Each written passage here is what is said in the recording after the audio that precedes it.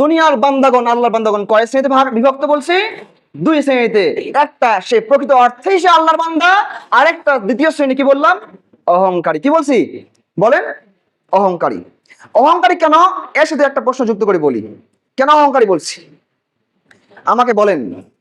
দুনিয়ায় সবচেয়ে বড় পাপটা কি বলেন? যেটা আল্লাহ সবচেয়ে পছন্দ করে, সবচেয়ে বড় পাপ। পাপ তো পাপ, কিন্তু যে পাপ করে সে পাপী। সবচেয়ে বড় অপরাধী, সবচেয়ে বড় পাপী কোনটা বলেন? কে এসে?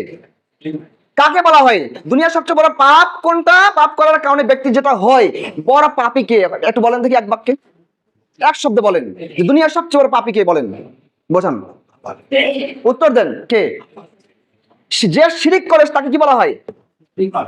না, হলো না তো। যে শিরিক করে তাকে কি বলা হয়? কি বলেন? বলেন মুশরিক। আচ্ছা, যে মুশরিক সে কি কোনো ইমানদার থাকতে পারে? সে ইমানদার হয়? হতে পারে? ইমানের বিপরীতটা কি? কুফর। ইমানের বিপরীত কি বলেন? কুফর। আর যে ব্যক্তি আল্লাহর সঙ্গে শরিক করে, সে শিরক করলো, শিরক করার ফলে সে কি হলো? মুশরিক হলো। আচ্ছা, মুশরিক, এই শিরকটাকে আল্লাহ কি বলেছেন? জুলুম বলেছেন। কি বলেছেন? জুলুম বলেছেন। আর জুলুম কি ছোট বলেছেন না বলেছেন বড় জুলুম? কোনটা বলেছেন? জুলমুন আযীম। সবচেয়ে বড় জুলুম কাকে বলেছেন? শিরক করাকে বলেছেন। আচ্ছা, যে সবচেয়ে বড় জুলুম করে তাকে আমরা সবচেয়ে বড় কি বলবো? জালেম বলবো। কি বলবো? জালেম বলবো। এই তাহলে অর্থ হবে এক বাক্যে যে দুনিয়াতে সবচেয়ে বড় অপরাধী হলো সবচেয়ে বড় যে জালেম। কথা বুঝাতে পারছি? তা দুনিয়াতে সবচেয়ে বড় অপরাধী কে? কাকে বলবো? সবচেয়ে বড় জালেম যে। বুঝতে পারেননি মনে হয়? শিরিক করে যদি জুলুম সবচেয়ে বড় জুলুম হয়, আর শিরিক করে যদি মানুষ মুশরিক হয়, আর শিরিক করলে যদি সেটা সবচেয়ে বড় জুলুম হয়, তাহলে যেটা করলো সে সবচেয়ে বড় জালেম হইলো। আর যে সবচেয়ে বড় জালেম হলো তাকে সবচেয়ে বড় কি বলবো? আমরা বড় জালেম বলবো। এই কারণে এটা কেন বললাম একটু বুঝতে পারবেন যে দুনিয়ার সমস্ত বান্দারা দুই ভাগে বিভক্ত আল্লাহর। এক হয় সে প্রকৃতপক্ষে হাকিকি প্রকৃত অর্থে সে আল্লাহর ইবাদতকারী হবে, না হয় সে অহংকারী হবে। কি হবে? অহংকারী হবে। আর অহংকারী যখন হবে, এই অহংকার করার ফলে অহংকারী এটাই প্রকাশ করে আল্লাহু আকবার। মানে কি বলেন তো? মানে কি বলেন? বলেন অর্থ কি? এইটা অস্বীকার করা। এটা কি করা? অস্বীকার করা। আল্লাহু আকবার শ্রবণ কানে এসেছে, এইটা শোনার পরে যে আল্লাহর ডাকে সাড়া দেয়নি, এই অহংকারী। আর যে অহংকার করে সেই হলো সবচেয়ে বড় জালেম। কেন জালেম বলবো?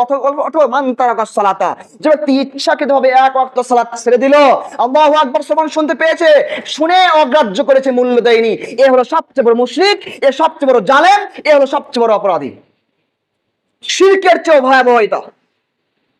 মানুষ বুঝতে পারে না, শুধু শিরিক করেছে, কি তবে ঝুলাইছে, এই করছে। আমাদের সারা জীবন সমস্ত ওলামায়ে কেরাম বলে গেছে যে এগুলো শিরিক, এগুলো মানুষ মুশরিক হয়। আরে সবচেয়ে বড় শিরিক হলো এটাই, যে ব্যক্তি সালাত আদায় করে না। সবচেয়ে বড় শিরক হলো এটা। এই আয়াতের সূক্ষ্ম ব্যাখ্যা একমাত্র ইমাম সাদি রাহিমাহুল্লাহ করেছেন, কোনো তাফসীরকার করে নাই। যেটা আমি এই সফরে গিয়ে জর্ডান গিয়ে শিখে এসেছি। তাই আপনাদের সাথে এই ইলমটা বিতরণ করলাম। এই ইলমটা কি করলাম? বিতরণ করলাম। কারণ যদি আপনি কোনো একটা ইলম শিখেন, সেটা বিতরণ না করেন, তাহলে সেটা ইলম গোপনকারী হবেন আপনি। কারণ একটা হাদিসের ব্যাখ্যা সেদিন শুনতেছিলাম, আমাদের সেমিনারে নোট করা ছিল, যে কি ওই হাদিসটা সবাই পড়ে কিন্তু এইভাবে কেউ বলে না। মান তারাকা সালাতা ফাকাদ আশরাকা ফাকাদ কাফারা, যে ব্যক্তি এক ওয়াক্ত সালাত ছেড়ে দিল, সঙ্গে সঙ্গে সে কাফের হয়ে গেল এবং সঙ্গে সঙ্গে সে মুশরিক হয়ে গেল। আপনি এখন বলেন এখানে আমি কয়জন ইমানদার আছি? কারণ কি জানেন? এই যে বললি, একটু বললাম যে আল্লাহর সমস্ত বান্দারা দুই শ্রেণীতে বিভক্ত। এক হয় সে আল্লাহটাকে সাড়া দিয়ে আল্লাহর আনুগত্যকারী হবে, না সে অহংকারী হবে। এর বাইরে কেউ নেই, আমি আপনি কেউ নেই। যে অগ্রাহ্য করলো সে অহংকারী, যে শুনলো না, যে আসলো না, তার ডাকে সাড়া দিল না, সে আল্লাহু আকবার এই কথাকে মিথ্যা প্রতিপন্ন করলো। এটাই সত্য। তার মানে সে নিজেকে প্রমাণ করে আল্লাহু আকবার, আল্লাহ সবচেয়ে মহান, সবচেয়ে বড়, আল্লাহর চেয়ে আমি বড়। এটাই সত্য। আপনি মানেন না মানেন, আপনি মানেন না মানেন, ফায়াসিহু সাইহাতাম মান ইয়ালিহিল্লা সাকালাইন ফাতার মালাকান ইয়াসকান। কবরে যেদিন আপনার সামনে মুনকার নাকির চলে যাবে, ওই সময়ে নীল চক্ষু বিশিষ্ট ভয়ঙ্কর দৃশ্য ধারণ করে কালো কুচকুচে নীল চক্ষু বিশিষ্ট দুজন ফেরেশতা আসবেন। এসে আল্লাহ তাআলা বলছেন সূরা হজ্জে যে ফেরেশতা তার হাতুড়ি দিয়ে তার মস্তক মাথাকে লক্ষ্য করে আঘাত করবে, চূর্ণ বিচূর্ণ করে দেবে, তার মাথা মাটিতে মিশে যাবে, একদম কোনো চিহ্ন থাকবে না। কারণ ওই ফেরেশতা হবে শ্রবণ শক্তিবিহীন, ওই ফেরেশতা হবে অন্ধ। মানে আমি কাকে পিটাচ্ছি দেখি না, কি আর্তনাদ করে চিৎকার করছে আমি শুনি না, তো ওর দয়া কি আর মায়া কি হবে? কি ওর রিয়াকশনটা কি হয় বলেন? ওর কাজ আল্লাহ যেটা করতে পাঠিয়েছে ও সেটাই করবে। আপনি চিৎকার করলেও কোনো দয়া পাবেন না, কারণ সে শুনতেই পায় না। আপনাকে পিটাচ্ছে, তার আপনার অবস্থা বিভৎস হচ্ছে না ভালো হচ্ছে, ও তো দেখতেই পাচ্ছে না। এটাই হবে আমার সাথে। এটাই ঘটবে, কারণ এটাকে যে অস্বীকার করে আল্লাহু আকবার এই শব্দকে সে মিথ্যা প্রতিপন্ন করে। আমি যতই মুখে বলি আমি নামাজ পড়ি না, কি হয়েছে, আমি ইমানদার। চরম মৃত্যু, চরম অহংকারী, চরম দাম্ভিকতা প্রদর্শনকারী এই শ্রেণীর লোকের কথাই আল্লাহ তাআলা সূরা আরাফের 40 আয়াতে তুলে ধরে বলছেন, ইন্নাল্লাযিনা কাফারু, নিশ্চয় যারা কুফরি করেছে, ওয়াস্তাকবারু আনহা, এবং তার আহ্বানে সাড়া না দিয়ে প্রত্যাখ্যান করেছে, অহংকার প্রদর্শন করেছে। অহংকার দেখো মানে কি, মানে আমি আল্লাহু আকবার শুনলাম আসলাম না, এটাই অহংকার। এটাই অহংকার। কারণ আল্লাহু আকবার মানে শুনেছি আমি আল্লাহ সবচেয়ে বড়, যিনি সব কিছুর তুলনায় মহান, তার ডাক শুনেছি, আমার কান শুনেছে, আমি শ্রবণ করে আমি সাড়া দেই নাই, আসি নাই। এটাই প্রমাণ করে যে আমি আল্লাহ, আপনি আল্লাহ সবচেয়ে মহান হলে কি হবে, আপনার চেয়ে আমি বড়। যদি নিঃসন্দেহে আমার চেয়ে আপনি বড় হতেন, তাহলে আপনার ডাকে আমি সাড়া দিতাম। দুনিয়ার কোন অধীনস্থ কর্মচারী তার বসের ডাকের আহ্বান প্রত্যাখ্যান করে থাকতে পারে না, কখনোই থাকতে পারে না। কারণ তার মাথা পিছু একটা ভয় আছে, পিছু টান আছে যে আমার চাকরি নট হয়ে যাবে, আমাকে সে কি করবে, ফায়ার আউট করে দিবে। কিন্তু আমার রব আমাকে ডাকলেন, আমি সাড়া দিলাম না, অথচ আমি এখনো দাবি করি মুখে আমি ইমানদার, তাহলে কোনটা সত্য? এজন্য রাসূলুল্লাহ সাল্লাল্লাহু আলাইহি ওয়াসাল্লাম বলেছেন, মান তারাকা সালাতা, যে ব্যক্তি সালাত ছেড়ে দিল, মানে আজান হয়েছে শুনতে পেয়েছে আল্লাহু আকবার, কিন্তু আসলো না, সাড়া দিল না, ফালাম ইয়াজিব ইস্তাজিব, সে তার ডাকের আহ্বানে সাড়া দেয়নি, ফাকাদ আশরাকা, সে শিরক করেছে, ওয়াকাদ কাফারা, এবং সে কুফরি করেছে।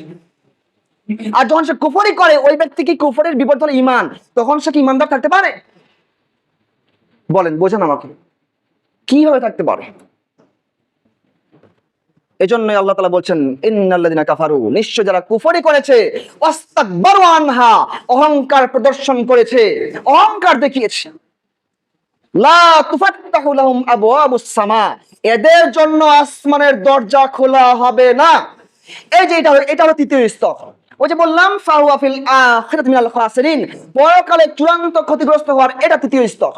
এটা যে আপনার জন্য যখন আত্মা ফেরেশতারা কবজ করবে, এই আত্মা আপনার জন্য আসমানে ইল্লিনে নিয়ে যাওয়ার জন্য যখন আসমানে যাওয়া হবে আত্মা নিয়ে, তো প্রথম আসমানের গেটে গিয়ে আত্মাকে ছুঁড়ে মারা হবে ওখান থেকে।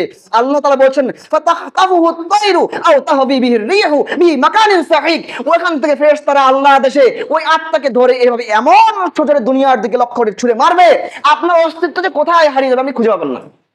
ফি মাকানিন সাহিক, আল্লাহ বলছেন বহু দূর থেকে বহু দূর চলে যাবে। ফাতাহতাফুহু তায়র, মনে হচ্ছে পাখি তাকে ছোঁয়া মেরে নিয়ে চলে যাচ্ছে, অবস্থা এরকম হবে।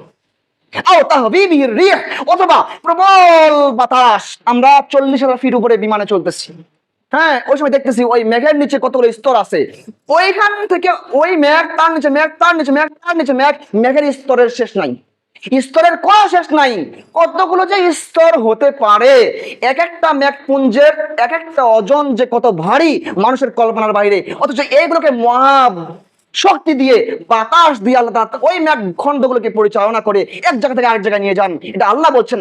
অথচ এই শব্দটা আল্লাহ তাআলা এই আত্মার ক্ষেত্রে ব্যবহার করেছেন, যখন এই অহংকারী আত্মাকে আল্লাহর কাছে নিয়ে যাওয়ার জন্য যাওয়া হবে, মৃত্যু জান কবজ করার পরে এই আত্মার জন্য আসমানের দরজা খোলা হবে না, এবং আসমান দরজা খোলার অনুমতি সে পাবে না। যখন আল্লাহর আদেশে ওই আত্মাকে ওই আসমান থেকে দুনিয়ার দিকে সজোরে নিক্ষেপ করা হবে, নিক্ষেপ করার ফলে খুব ভারী বাতাস এই আত্মাকে দিক বিদিক যেদিক ইচ্ছা সেদিক নিয়ে বেড়াবে। এই বাতাস, প্রবল বাতাস দ্বারা এই আত্মা কোথায় যে অস্তিত্ব হারিয়ে যাবে আপনি খুঁজে পাবেন না। এটা আল্লাহ বলছেন, মনে হচ্ছে মনে হয় পাখি তাকে ছোঁয়া নিয়ে চলে যাচ্ছে, এই অবস্থা। অথবা প্রবল বাতাস তাকে দূরে কোথাও ফি মাকানিন সাহিক, দূরে কোথাও নিক্ষেপ করছে। এই অহংকারীদের অবস্থা এটাই হবে, এটা চূড়ান্ত কথা, এটা আল্লাহ কোরআনে বলেছেন। লা তুফাত্তাহু লাহুম আবওয়াবুস সামা, এদের জন্য আসমানের কোনো দরজা খোলা হবে না ততক্ষণ পর্যন্ত। আল্লাহ তাআলা এই কথা বললে হতো, কারণ আল্লাহ তাআলার প্রতিটি শব্দই চূড়ান্ত, ওটা ব্যাখ্যা না করলে ওইটাই চূড়ান্ত, ব্যাখ্যা করা লাগবে না। তবুও আল্লাহ ব্যাখ্যা করে আরো স্পষ্ট করে, এটা নিশ্চয়তা তো এমনিতেই, আল্লাহর প্রতিটি কথাই নিশ্চয়তা, আল্লাহর প্রতিটি কথাই গ্যারান্টি যুক্ত। তবুও আল্লাহ তাআলা এখানে ক্ষান্ত হন নাই, মানে আমার আল্লাহু আকবার ডাক শুনেছে, অথচ সে সাড়া দেয় নাই। এই ব্যক্তির উপর আল্লাহ কতটা ক্ষিপ্ত, কতটা রাগান্বিত, কতটা তিনি ক্রোধান্বিত, মানুষ যদি বুঝতো তাহলে আল্লাহু আকবার এই ডাক শ্রবণ করার ফলে কখনো সে তার ডাক থেকে দূরে থাকতো না। অসম্ভব হতে পারে না। আল্লাহ তাহলে এখানে থেমে যেতেন যে এদের জন্য আসমানের দরজা খোলা হবে না, এই পর্যন্ত থামেননি তিনি। এরপর তিনি বলছেন, হাত্তা, ততক্ষণ না পর্যন্ত ইয়ালিজাল জামালু ফি সাম্মিল খিয়াত, শোনো, এই অহংকারীদের জন্য আমি আল্লাহ আসমানের দরজা তো খুলবই না, ততক্ষণ পর্যন্ত খোলা অসম্ভব যতক্ষণ না পর্যন্ত এই যে সূচ, এই যে ফাইন নিডল, এই যে সরু সূচের যে ছিদ্র আছে, এটা দেখা যাচ্ছে না খুব সূক্ষ্ম, এই সূক্ষ্ম ফাঁকার মধ্য দিয়ে, এই সূক্ষ্মতম জায়গার মধ্য দিয়ে, সূচের ছিদ্রের মধ্য দিয়ে যতক্ষণ পর্যন্ত একটা আস্ত উট যতক্ষণ না পর্যন্ত ঢুকতেছে, মানে এটা ঢুকা সম্ভব?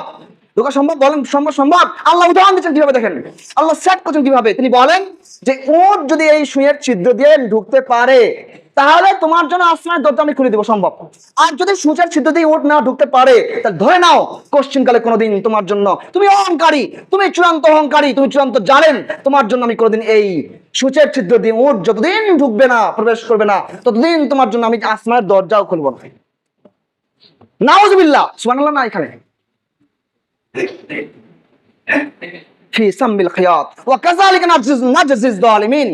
এটা হলো জালেমদের প্রতিফল। আর জালেম কারা একটুকে বলেছি, শুধু তাবিজ ঝুলালে শিরক হয় না, আল্লাহু আকবার ডাকে যারা সাড়া দেয় না, এরা হলো মুশরিক, এরা হলো মুশরিক, এরা হলো কাফির। এটা নবীজি বলেছেন। কারণ আল্লাহু আকবার এই শব্দের অর্থ সে বুঝে নাই, প্রত্যাখ্যান করেছে, সগর্বে সে বুক ফুলিয়ে রাস্তা দিয়ে সিনা ফুলিয়ে হেঁটে বেরিয়েছে। আল্লাহু আকবার ডাক শুনেছে, মানে নিজেকে সে ঘোষণা দিয়েছে এইভাবে যে আমি আল্লাহ, আপনার চেয়ে আমি বড়, আপনার চেয়ে আমি বড়। এজন্যই দুনিয়াতে মুমিনের জন্য সবচেয়ে বড় জরুরি বিষয় হলো এটা যে আল্লাহকে চিনতে পারা। আর আল্লাহকে চিনতে না পেরে মৃত্যুবরণ করলে ফাহুয়া ফিল আখিরাতি মিনাল খাসিরিন, সে চূড়ান্ত ক্ষতিগ্রস্ত, অন্তর্ভুক্ত হবে। তার প্রথম স্তরে বলেছিলাম সে ঈমান বঞ্চিত হয়ে মৃত্যুবরণ করবে, এটাই চূড়ান্ত, এ কথাই চূড়ান্ত। কারণ সে আল্লাহকে দুনিয়াতে চিনতে চেষ্টা করে না, যে আল্লাহ কে, আল্লাহ কোথায়, আমি কোথায়, আমি কত ক্ষুদ্র সৃষ্টি তার, আর তিনি কোথায়, এটা চিনতে পারেনি।